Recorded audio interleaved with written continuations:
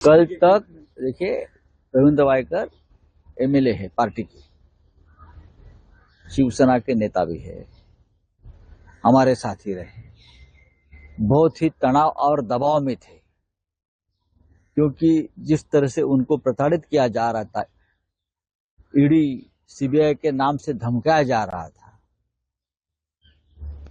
तो बेचारे वो चले गए।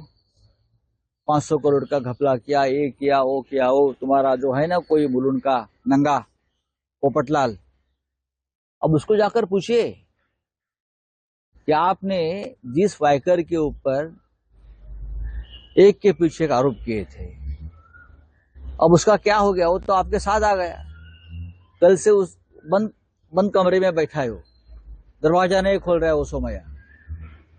हाँ, तो आप जाकर पूछिए उनको, नरेंद्र मोदी जी को पूछिए, देवेंद्र फडणवीस को पूछिए। भ्रष्टाचार के खिलाफ लड़ने की बात आप करते हो ना, लेकिन जब कोई आपके साथ आता है भ्रष्टाचार तो वो पवित्र हो जाता है। रविंद्र वायकर को इसी तरह से प्रताड़ित किया गया, वो डर गए बेचारे और भाग गए। पश्चिम बंगाल में भी यही हो गया।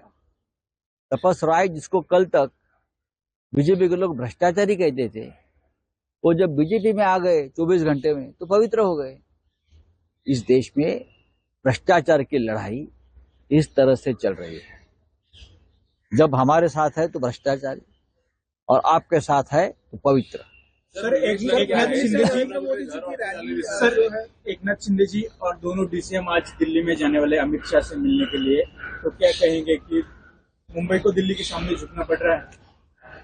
ये तो हम 2 साल से बोल रहे, झुक गए हैं, चरणों में बैठे हैं, जूते साफ कर रहे हैं दिल्ली के। शिवसेना कभी दिल्ली में जाकर सीटों का बंटवारा दिल्ली में जाकर कभी शिवसेना नहीं करती थी, हम लोग नहीं गए। जो ओरिजिनल शिवसेना उद्धव ठाकरे जी की है, हम यहां बैठकर बंटवारा कर रहे हैं, और जो हमारा अधिकार है शिवसेना का वो हम ले रहे हैं। लेकिन हम कभी दिल्ली में जाकर सीटों का बंटवारा नहीं किया, जो आज ये 2 लोग कर रहे हैं। शरद पवार पार्टी के अध्यक्ष थे, उनका पार्टी का सीट शेयरिंग मुंबई में होता था। उद्धव ठाकरे जी का जब शिवसेना के सीट शेयरिंग का मामला आता है, हम मुंबई में करते हैं और पहले भी किया है। अब उनको तो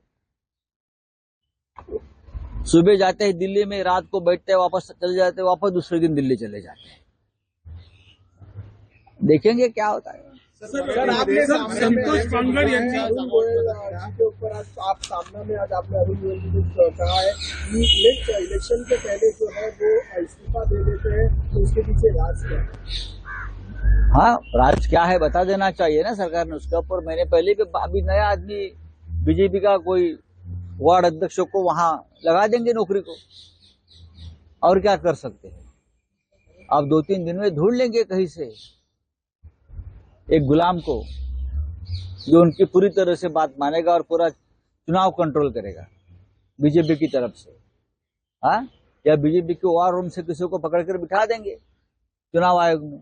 देखिए, नरेंद्र मोदी जब भी कहां रैली करते हैं तो वहां उनका जात और धर्म का गणित होता है।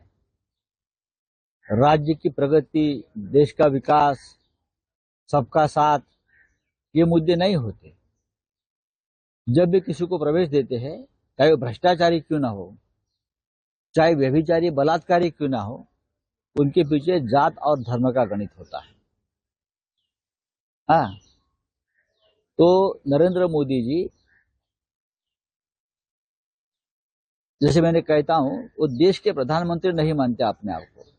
कभी कभी किसी जातीय विशेष के प्रधानमंत्री होते हैं और कभी कभी नहीं, ज्यादातर वो गुजरात के प्रधानमंत्री रहते हैं। नहीं, मैं नहीं मानता हूँ। उसके ऊपर हमने पहले भी बात की है। पश्चिम बंगाल और पंजाब में अलायंस नहीं हुआ है, और पश्चिम बंगाल में आप और कांग्रेस का अलायंस नहीं हुआ है, और पंजाब में और पश्चिम बंगाल में कांग्रेस और तृणमूल का अलायंस नहीं हुआ है। ये कोई इंडिया गठबंधन को झटका नहीं है, ये स्ट्रैटेजिकल मूव है। अगर आप ये वीडियो YouTube पर देख रहे हैं तो हमारे चैनल को सब्सक्राइब करें और बेल आइकन को दबाना ना भूलें। अगर आप Facebook पर ये वीडियो देख रहे हैं तो हमारे पेज को लाइक करें।